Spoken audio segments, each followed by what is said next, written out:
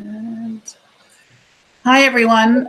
This is Susan Liebtag, and we are broadcasting our discussion on human-centered design. This is Elliott. Elliott. Now I forgot your last name. Elliott Duffy. Elliott Duffy from Think Place in Australia, and Elliott is with us to do a presentation and also to answer your questions. So if you cannot see this broadcast on the discussion page, please go to the YouTube link that we provided, and please type in your questions on the discussion page, and Elliott will be answering them over the next hour. So Elliott, over to you. Great, thanks Susan, and thanks to Springboard for putting this together. It's fun to hear all the other perspectives from Think Place and Think Action and their contributions to this, because we're all operating in different contexts and learning different lessons. So it's a good opportunity for us as well to share some of our methods with all of you and with each other. So my name's Elliott Duffy. I'm a senior strategic designer at Think Place in Kenya. I started over at Think Place Australia, focusing mostly on organizational design and change management. And since moving over to Kenya, transitioning that change management into design research, behavior change, and that sort of area. So that's a bit of my background. I'll just put my slides up for you all. If I can figure out how to do that.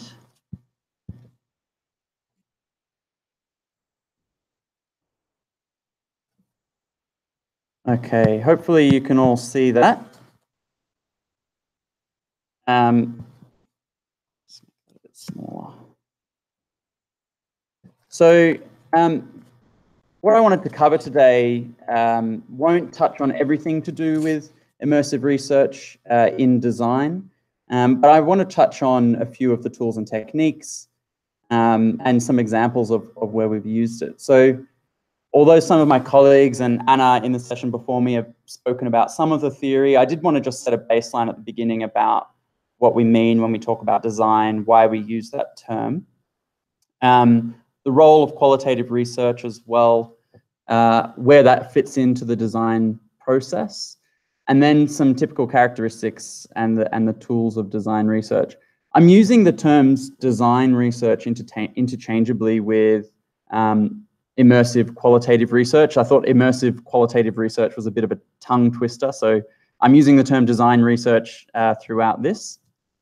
And then at the end, I just wanted to talk a little bit about how we bring the data that we find together. It's often a really complex narrative that we're talking about. So communicating that to whoever the donor is or the sponsor of the project, so they really understand what we found, can be a bit of a challenge. And then Anna in the previous talk did touch on this, but I wanted to just talk a little bit about ambiguity in design research and how that affects the way that we structure what we do. A bit of a word of warning, I'm not an expert in qualitative research methodology. I'm not an anthropologist. So I'm talking from the position of my experience in design and using the projects I've done in Australia and Africa to inform that. So these are all my reflections based on that, and I really welcome all of you to contribute your experiences and your perspectives to the discussion, and feel free to contradict what I say, and we can have a bit of a discussion at the end. So baselining what I'm talking about. I didn't come from a technical design background, so when I started working in design, this question of what are we designing and why do we use the term design really plagued me. But there's some examples there of the sorts of things we design that might be relevant to the viewers here. So it may be a change in health-seeking behavior for tuberculosis patients in Nigeria. It could be the way that a community perceives infant nutrition or farming practices or some other sort of topic. In Nigeria, it could be way that designing a healthcare system where service providers don't bias against adolescents. Where healthcare providers do have a bias against adolescents, trying to fix that. And there's a whole bunch of other examples that you might be designing for. The reason we say design, and I won't go too theoretical on you all, so don't be afraid by this slide. This is a model by a designer named Richard Buchanan. He sort of pioneered a lot of really great thinking about design thinking.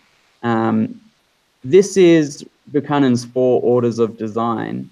He explains the reason this sort of esoteric, abstract way of designing, of working as design, because it lines up like this. We have visual communication as our first order, so we are all familiar with things like graphic design, illustration. Fundamentally, it's about the design of symbols. That then moved into the design of objects. We know industrial design, engineering, architecture. Very popular these days is the design of interactions and experiences. So your UX designer to design your interface on your iPhone or on your mobile phone or your laptop or whatever, that's in there. And then we get into this complex one called systems. And that's where we really come into play. So when you're designing in systems, you're designing for changes in the way people think. So systems design and interaction and experience design relate a lot. Each influences the other, but they're quite abstract. They're quite difficult to identify the materials, and it's quite difficult to see when an effect has taken place.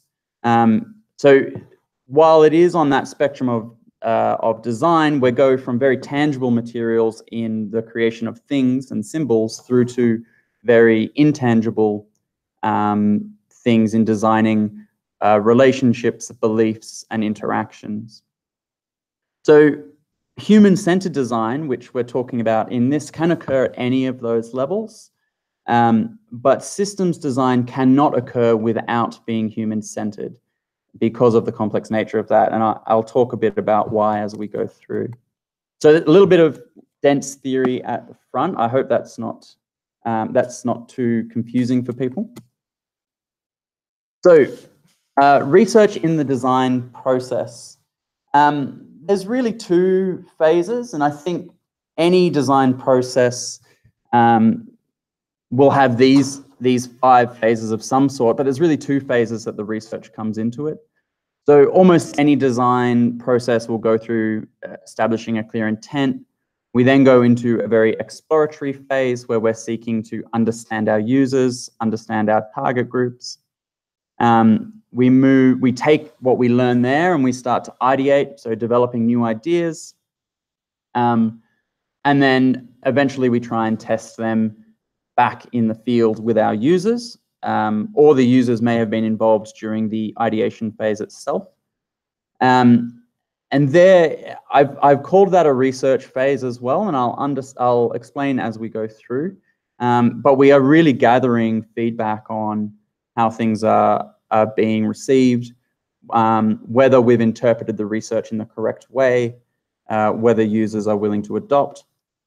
And then finally, we have the last phase, which is going to be launching it. And often people will talk about adoption and scaling the solution at that point. So it really falls into 2 buckets. There's research to understand the experience of people. And this is all about building empathy. It's trying to really put the person you're designing for at the middle of the process and understand how they are going to feel with whatever solution that you're looking at.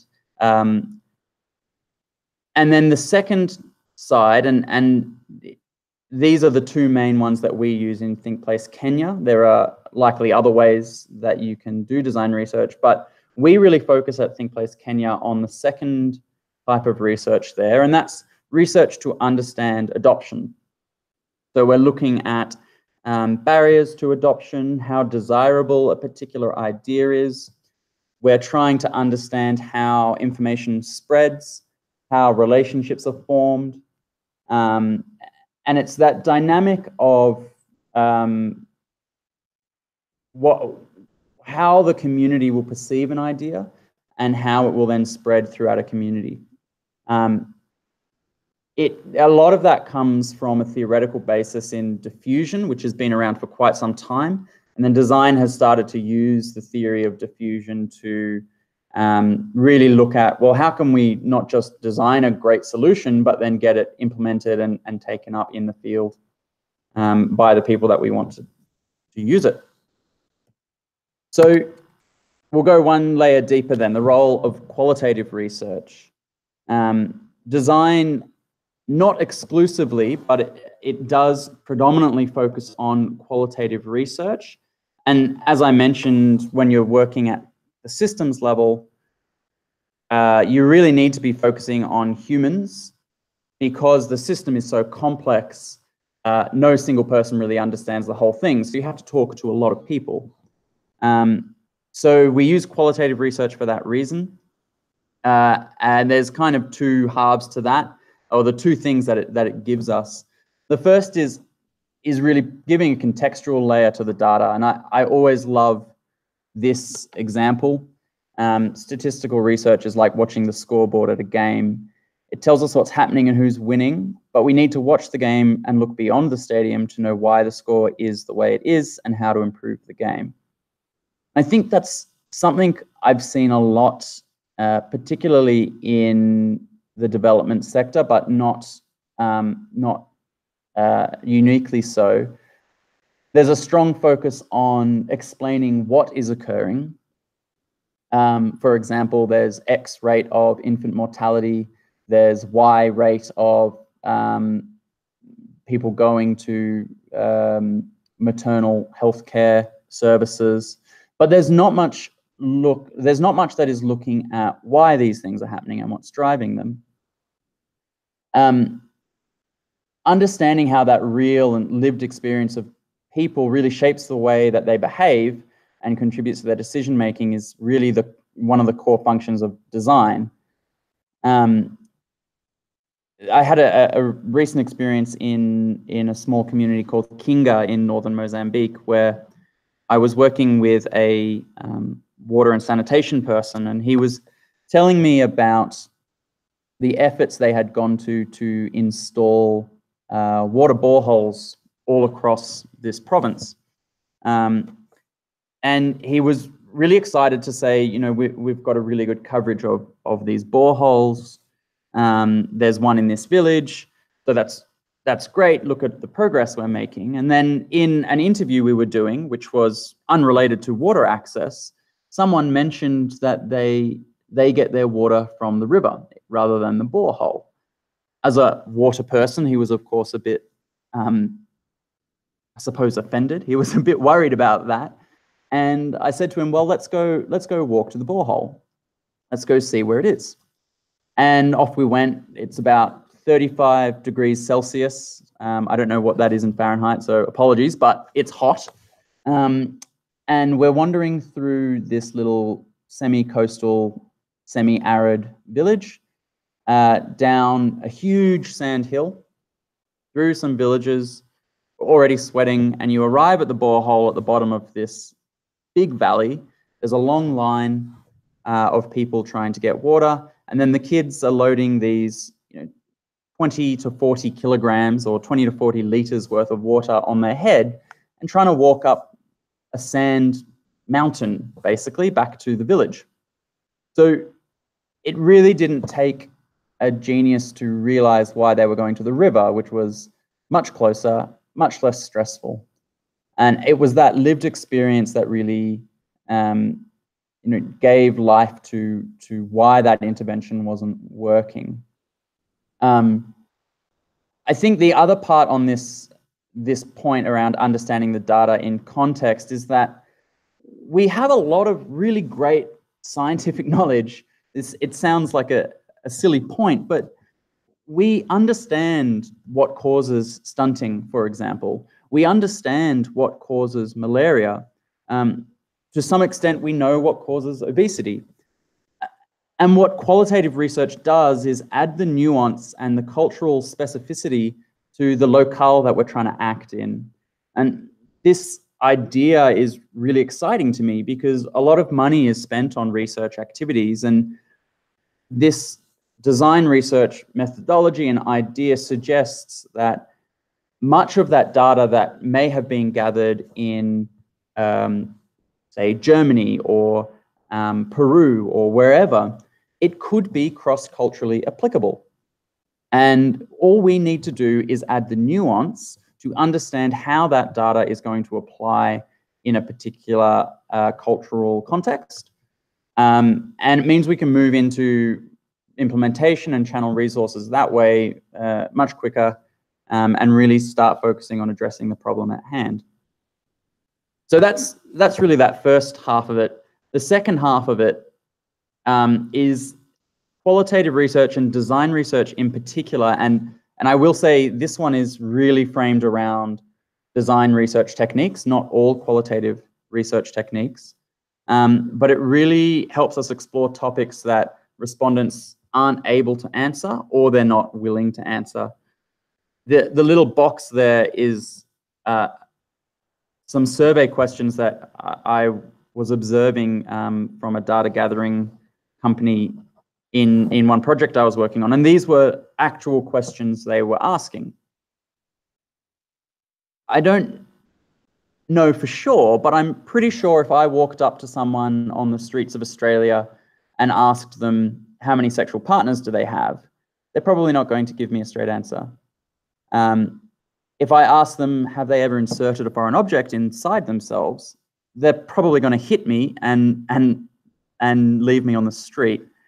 So there's something strange that happens when we do this sort of research in the development context, where we assume people will answer and give us good data from that. And it really kind of astounds me that we can ask these sorts of questions in this context, and yet if someone were to ask us that question, we would be offended. So what this way of research gives us is an opportunity to very quickly build rapport with someone, very quickly understand or get some level of understanding of what it's like to be them. And it's really quite amazing how quickly they will open up to questions like this. And it's really no different to, when you're striking up conversation at a dinner party or in a normal social context. You're trying to quickly build rapport with someone so that you feel comfortable asking more personal questions and get to the real deep stuff. The other part of this, so that really looks at questions that people are unwilling to answer, but often we find that respondents are unable to answer many questions that we want to understand. So qualitative research becomes critical in understanding those drivers of behavior. And an example of this that we can all probably relate to, we all know roughly what is required for the foundations of good health. We need a quality diet, we need regular exercise. Nonetheless, many of us find ourselves, when we're out at dinner, choosing the fried chicken burger and a Coke. Now, why do we do that? And can you explain that behavior? We know what we should order rationally. We know that there are, for example, cheaper brands of cola, and quite probably that brand of cola comes from the same factory as Coke, and yet we choose that brand. So we continuously make these choices that run counter to the evidence. The reason we do this is unconscious, and it's really complex, and usually it's an untraceable link to somewhere in our past that put a particular idea in our head. It could have been, for that example, it could have been a great advertisement for Coke that you saw when you were a kid. It could have been the fact that your favorite uncle always drank Coca-Cola at dinner. Or maybe your mother raised chickens when you were growing up and you always had a fondness for them, or you ate them a lot as a child. and so you really love fried chicken. It makes you feel like you're at home. You know, big companies pay mega dollars to create these links for us, and they wouldn't do that if it wasn't effective. Despite all this, a lot of research methodologies that are out there assume that the individual is able to respond, and that if we give them the correct information, they will then make a rational decision. And what we see in this type of research regularly is that's just not always the case. One other last model I want to really show you before we jump into some examples of what this looks like in practice is this adoption model. We use this a lot at ThinkPlace Kenya, and it explains the way that someone will adopt a particular innovation, any sort of new idea. And the reason I bring it up in the research phase is if you look at that gray line of boxes, what is positively or negatively affecting awareness of a particular thing. In this case, it was for PrEP, the anti-HIV drug. That gray box gives us an understanding of the data in context. So that first point that I talked about.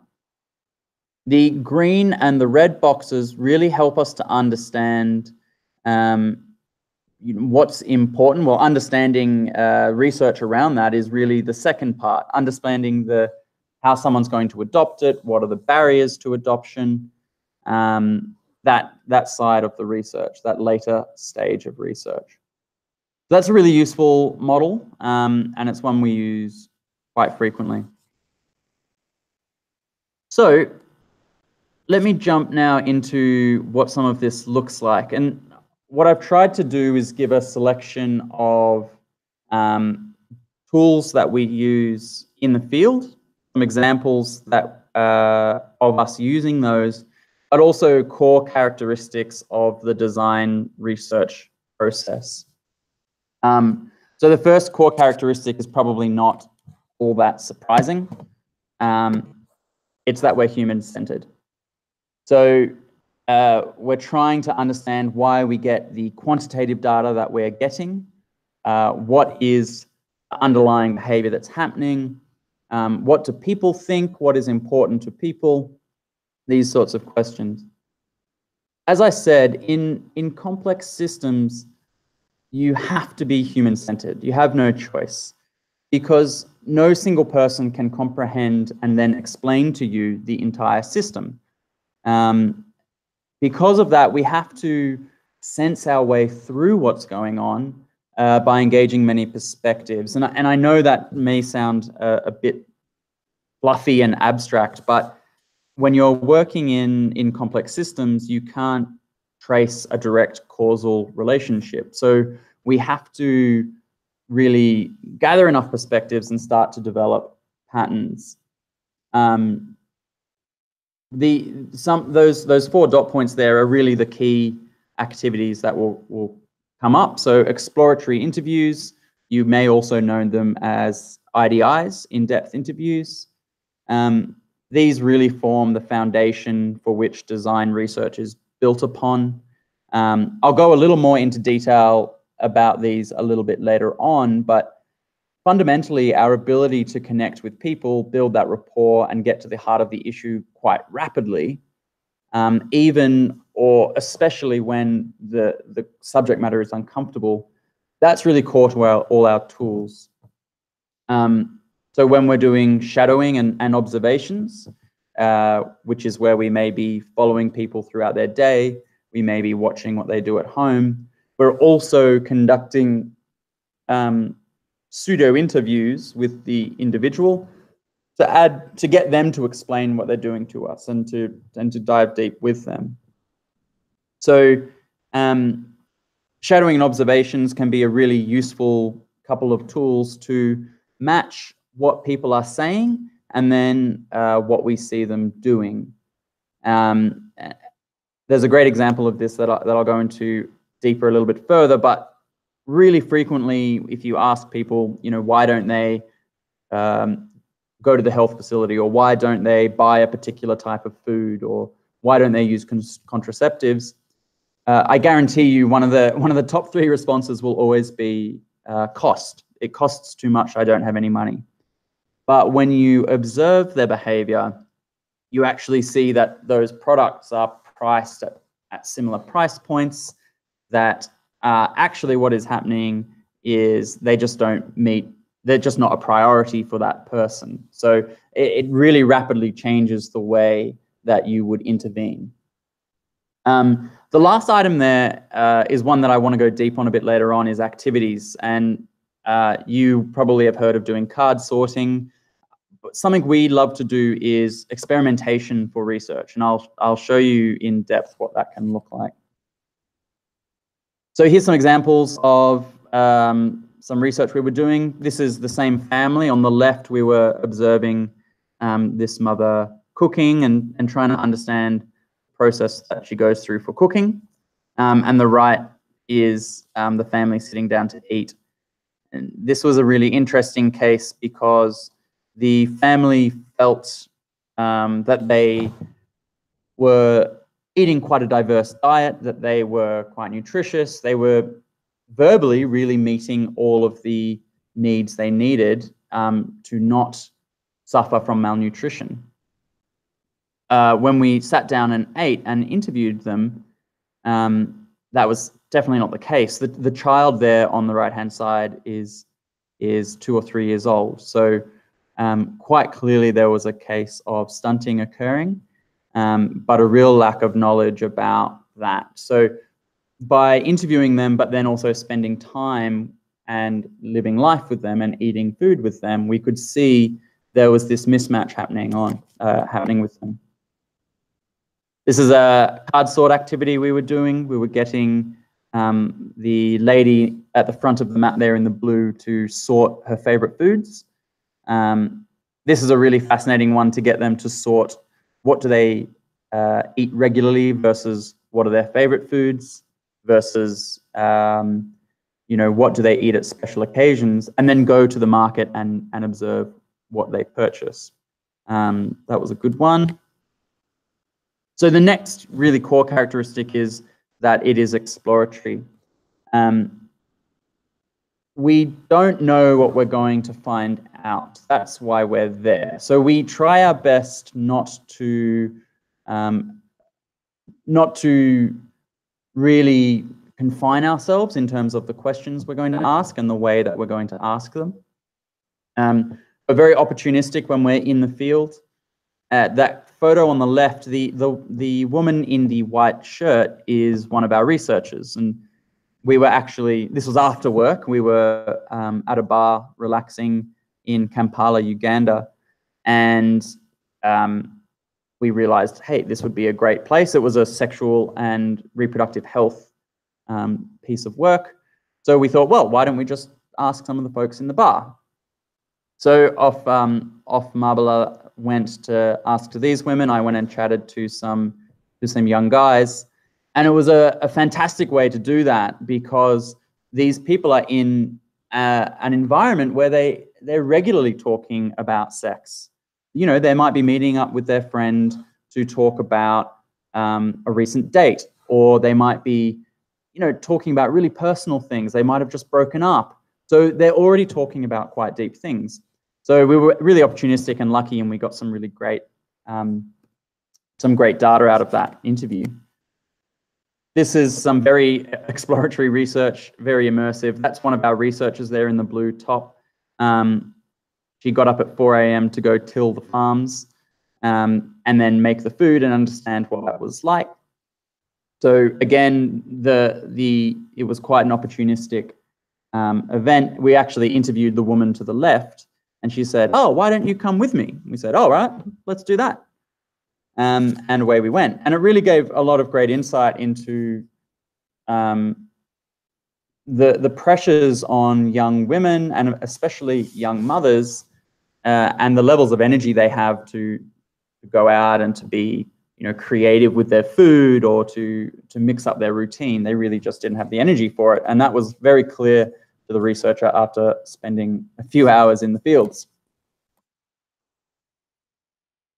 This is one of the tools we used. And And I wanted to show you this because it shows one way that we might structure our line of inquiry. So this is from a sexual health project. And as you can see, it's really, really loose. So the big dots are areas that we want to ask about. And the small questions are suggestions and topics that we would like to cover. And then it's a bit light, but you might be able to see there's also a light line which shows how you could stage those questions to build rapport and increasingly be more personal with the individual. So when you do qualitative research or research of any sort, it's normal practice to have quite specific questions that you ask, and you ask the same questions. What a tool like this does is it allows you to respond to the way the person who you are interviewing is answering, and it allows the interviewee to take you where they feel is important. And that gives you a lot of insight in itself. This is another example of that. This is a question structure. So the top level is, what is the real complex question we're trying to understand? And then we look at, well, if we're talking to someone who is pre-birth, these are the 4 topics we should ask about. If they're during pregnancy, these are the 3 topics, and so on. So really, our interview guides are giving you areas to explore, but not defining how you should explore those. The next core characteristic is that it is iterative. You would have heard this in design methodology from Anna's talk previously, but iteration is really inherent throughout the design process, and the research phase is no different. So as I said, our questions evolve, our methods evolve, we're very opportunistic. This process here was after 1 week of 4 weeks of research, where we were already trying to draw out what are the patterns we're seeing, what are we not seeing, where should we be asking questions. And this slide beforehand, those are the questions, or some of the questions that came up that we wanted to tailor our approach for week 2. So it evolves quite quickly like that. In this project, we were working across 4 countries across Africa, Uganda, South Africa, Zimbabwe, and Malawi. All of these have different languages, different cultural contexts. And so a single approach wouldn't have been sufficient. So we really had to figure out, well, what is the core of the questions, and then how do we change that as we go and adapt to the cultural context that we pick up in the field. The final one I wanted to talk about, the core characteristic, is this bias towards action. Again, you may have heard a lot about prototyping, which is a later phase in the research, but this bias towards action happens within the research itself. We move from a mindset of we can't act until we know to we don't know, but we can act to learn. And that's really, I think, something that you see a lot is people not wanting to make any intervention for fear of an unforeseen circumstance until they have enough data and so that they understand everything. But the reality of a complex system is you'll never understand everything. So we prefer to use activities and experiments to really see how people respond. The picture on the left there, we were trying to understand, so the group in the front is a group of community leaders in this particular village. And we wanted to understand, okay, you're community leaders, but does that translate to influence? Like, will people listen to you if you tell them to do something? So we thought we'd test that. We went out, we found out in the space of about an hour, what's something that they would like to improve. And then based on their responses, we came up with a really quick thing they could teach, and it was this. You might have come across it before. It's called a tippy tap. So it's a way, there's water in that yellow can, and there's a foot pedal, and they can press it, and it dispenses water, so they can wash their hands, whether it's at the bathroom or before cooking food or whatever. So we taught them this. We gave them the materials, and we said, okay, we'll be back in 2 days. Install as many as you can in that time. We came back in 2 days, and we observed how many were they able to install, and we then interviewed the folk who had them installed or not had them installed to understand in what way did the fact that these were community leaders play a role in their adoption of this particular idea. This is another experiment we ran. We wanted to understand 2 things. This is actually 2 experiments. One was the question of, is price a barrier to purchasing vegetables? So we bought all the carrots in the market, which, as you can see, there wasn't many, and we lowered the price from 20 metacals to 10 and 5 metacals. And we wanted to see if we lowered the price, would people buy them more? And it proved to us that, well, it suggested that no, it didn't. And so cost is perhaps not as much of a barrier as we thought. We also there designed these really quick recipe cards. We saw everyone was really cooking the same foods. So we wanted to see, is there an interest in cooking different foods? And we went out and we actually sold these recipe cards for a small price because we wanted to see what level of effort would people go to explore new types of foods. And we sold a number of them, which suggested to us that it wasn't that people weren't interested in being creative with their food, but something else was going on. And what we found was, although all of the interventions around cooking and nutrition was being targeted at women, it was men who bought the recipe cards, both because they have access to money, which is pretty common, but also because they're more open to new ideas. They're exposed to more diverse thinking because they're traveling, and so they were more willing to be exploratory. So that was an interesting way, and we could then suggest that we shift from focusing on women to also focusing on men to drive household behavior change. This was another one where we actually created a market. We got a group of people together and gave them beans that they could purchase things with, a little type of currency, and we observed what sort of foods or non-food items did they prioritize and why. We then interviewed them after to understand why did they purchase what they did. And you might notice on the left there, a lot of these gentlemen have bought soft drinks. And they told us, yeah, this is great for breakfast. I don't normally have breakfast, but if I could, I would have soda for breakfast. So that was a really interesting thing that I don't think I would have thought would happen. We also ran cooking events. So they cooked for us. They taught us some of their local foods, and then we cooked for them.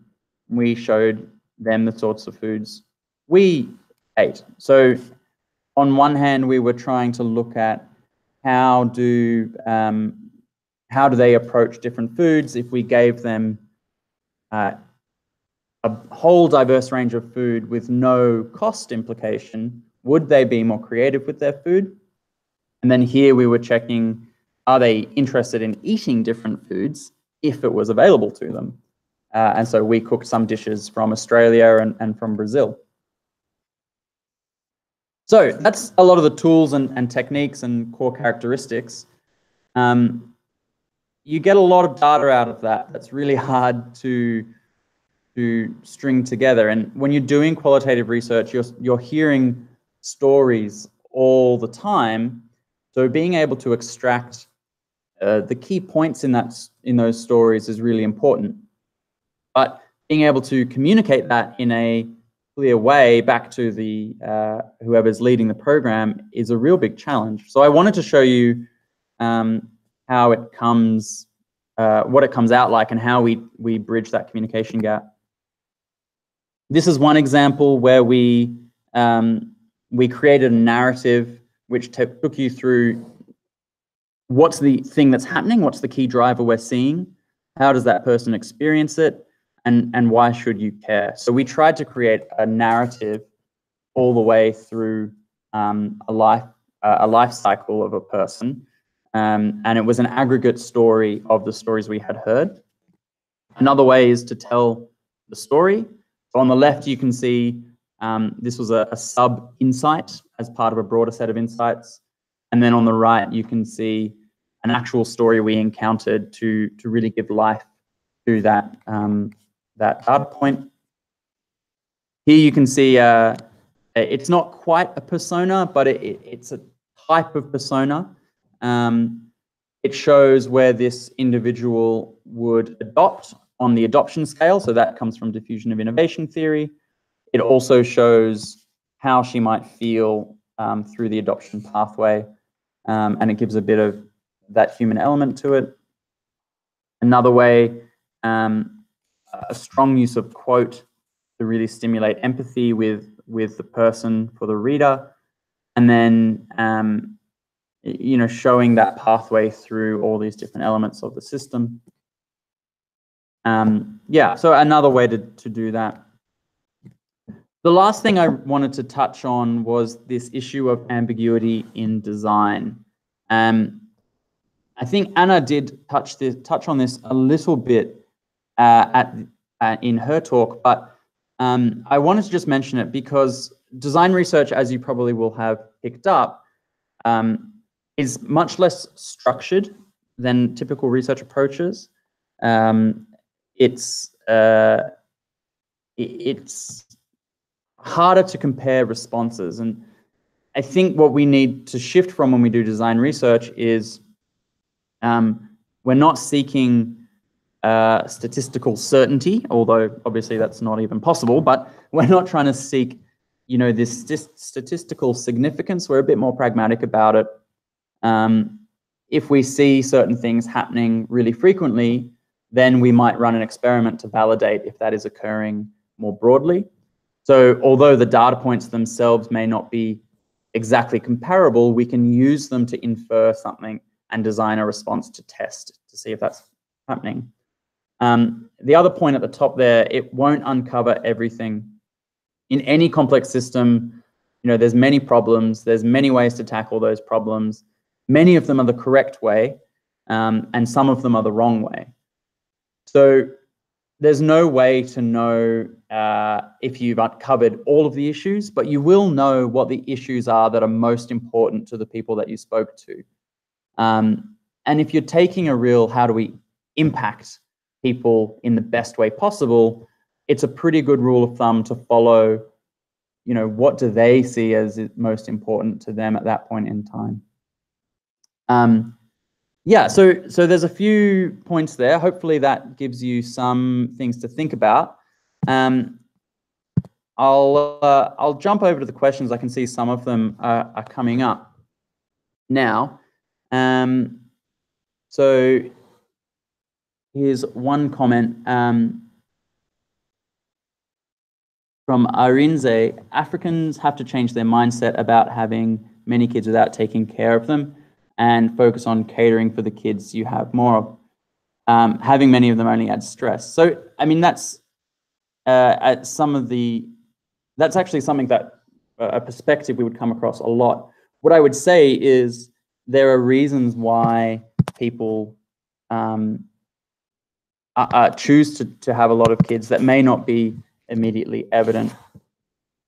So what a good design researcher would say is, actually, you should go out and understand, you know, why is it that despite that creating more hardship for them from our perspective, what is it that is driving them? And it could be that it's a source of social security. It could be a form of future remittance.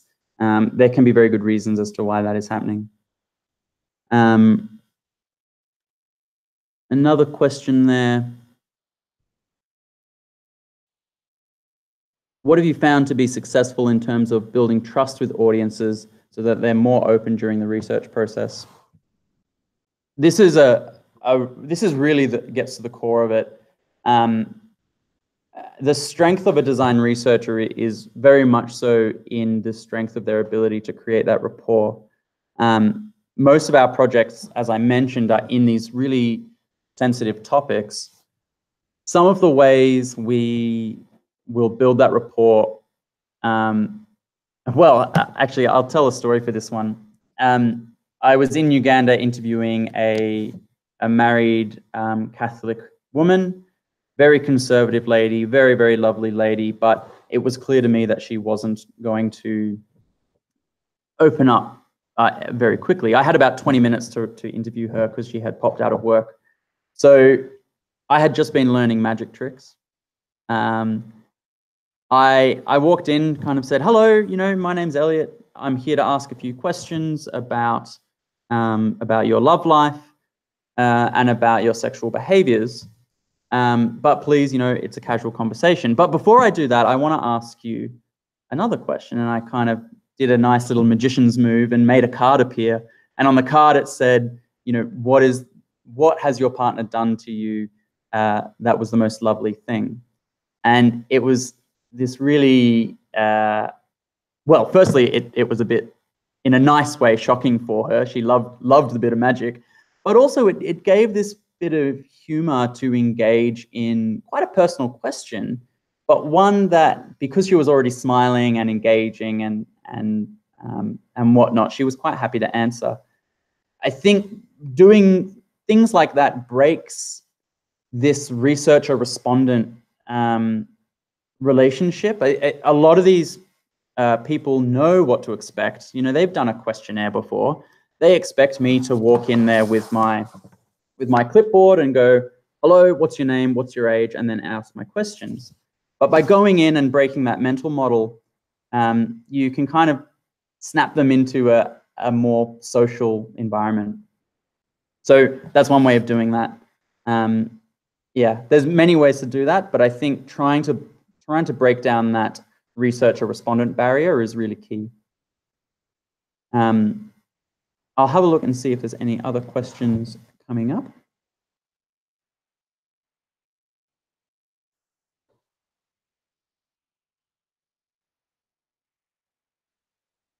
None just yet. So I'll give you a few minutes just to come up with any if you have them. But I thought I'd just mention one very common question that we always get and is probably on your mind. How do we deal with sample sizes? How many is enough? And this is a very common question, and it's a really good question. Design takes a very pragmatic approach to this. Because we are researching in order to inform an intervention, and that intervention is not a final build, it's just a test, we really don't need to do that much. So, you know, you can interview about 4 people per day, that's about 30 per week. By the end of week 1 or 2, you'll be hearing the same answers over and over again. So you need to change tact and start testing and validating. And if you find in that validation that the answers you were getting were quite different to what you're observing, then you need to change your approach. So it's not as much of we don't need to get a particular sample size so that it's statistically significant, but more, when are we satisfied that the pattern we are seeing is repeating, and have we validated that at a larger scale? That's really the quality control.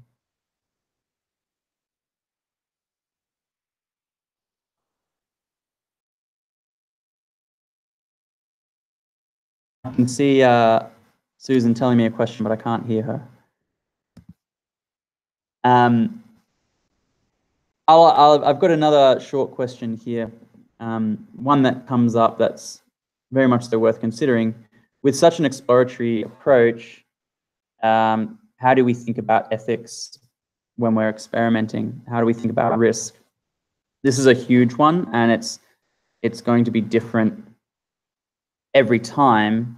because we're blurring that line between researcher and respondent, it's very easy as a design researcher to forget that you are talking to an adolescent about sexual behavior, or you are talking to a pregnant mother about something traumatic that's happened during their pregnancy. Because you're talking almost like a peer or a friend, it's very easy to forget that. Similarly, on the flip side, it's very easy as the researcher to feel like the experience you've just heard is one that a friend has happened rather than a respondent. Because a real big goal is to empathize really genuinely, there's a risk to the researcher in terms of their own distress. What do they do post-project, and how do they recover after that? So we manage it very dependent on the situation. It may be about referring to known services. It may be about doing a typical risk and ethics plan. But because we are blurring that line, it's something worth mentioning that we always keep in mind as we go in, and that it's not often a typical researcher-respondent relationship.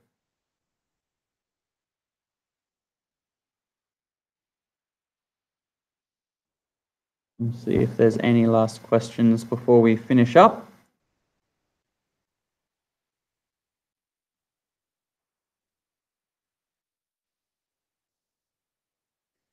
That looks like everything for the moment. So yeah, thanks everyone for tuning in, and I'll be monitoring the questions as they come through over the next few days. So if you have any more or you want to engage, please feel free to drop a question there or get in contact with myself at ThinkPlace Kenya. Thank you all. Thank you so much, Elliott. It was great to have you. Thanks very much. Bye. Bye.